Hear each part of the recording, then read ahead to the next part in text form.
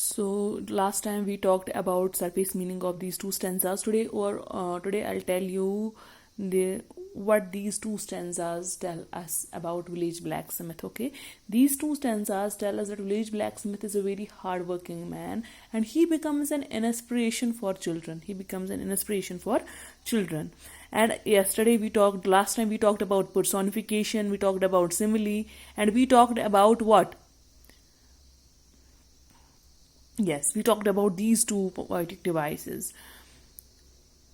So today we are going to talk about the surface meaning of this fifth and sixth stanza. Okay. He goes on Sunday to the church and sits among his boys. He hears the parson pray and preach. He hears his daughter's voice singing in the village choir, and it makes his heart rejoice. It sounds to him like her mother's voice singing in paradise. He must think of her once more. How in the grave she lies, and with his hard rough hand he wipes a tear out of his eyes. So this tells us that he has apart from hardworking, apart from dedicated towards his work, he is also emotional. He lives a life of a common man, who goes to the church on Sundays and sits among the men. Here boys means men, okay, and sits among his men. He hears the parson pray and preach. In the church there is a parson. A parson is a priest who, like we in masjids we have Maulvi Sahibs, in the same way in these churches there are parsons, okay. He hears the parson pray and preach, okay. He hears his daughter's voice. You see in movies or in television that in church there are choir, the group of people who sing songs, like we recite Naat in masjids. In the same way in church they recite songs of their Jesus Christ, okay, or Mary. He hears his daughter's voice singing in the village choir, and it makes his heart rejoice. So he hears his daughter's voice. Her daughter is also a part of a choir, and he hears his daughter singing in the village choir, singing in that group of people who sing songs in the church, and it makes his heart rejoice, and it makes his heart very happy.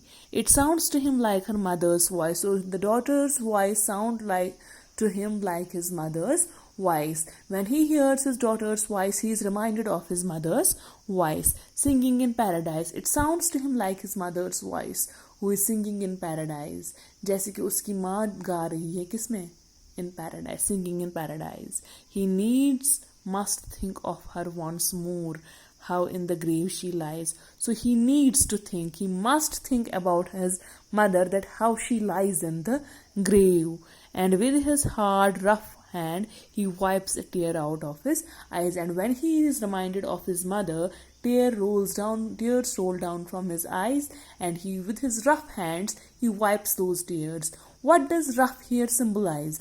Rough here symbolizes that he is a very hard-working man, and he wipes a tear out. He's emotional.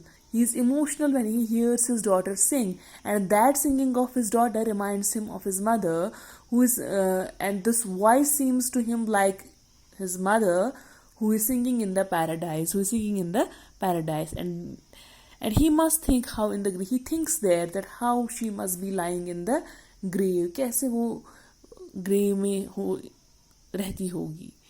And with his hard rough hand he wipes a tear out of his eyes. First of all, he is rejoiced by hearing his daughter's voice. Then slowly he is reminded of his mother's voice, and what happens? He thinks about her, and he thinks that how she must be lying in grave right now, and this makes him very emotional. He weeps and he wipes his hair these tears with his rough hands. Okay, this is surface meaning of these two stanzas. Tomorrow we will talk about deep meaning of these stanzas. Okay, toiling, rejoicing, sorrowing, onward through life he goes.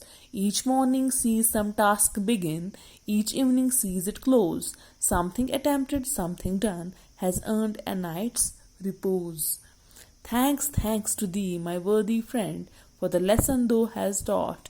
Thus at the flaming forge of life our fortunes must be wrought. Thus on its sounding anvil shaped each burning deed and thought. So he is toiling, working hard. He is rejoicing where? When he hears his daughter sing. He is sorrowing when he is reminded of his dead mother. Onward through life he goes. Means in life there comes the sorrow as well as happiness. We have to work hard.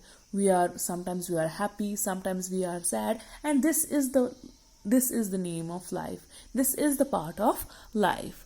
And like this, life moves on. Each morning sees some task begin. So in the morning he begins his task, and at the end of the day the task is he completes his task. Each evening sees it close. Something attempted, something done. So at the end of the day he thinks that he has attempted something, he has done something, he has earned a night's repose. So at night he goes. Repose means peace. Repose means peace. So at night he sleeps peacefully with the satisfaction that he has done something, he has attempted something, and he has achieved something by working hard. I think we must stop here.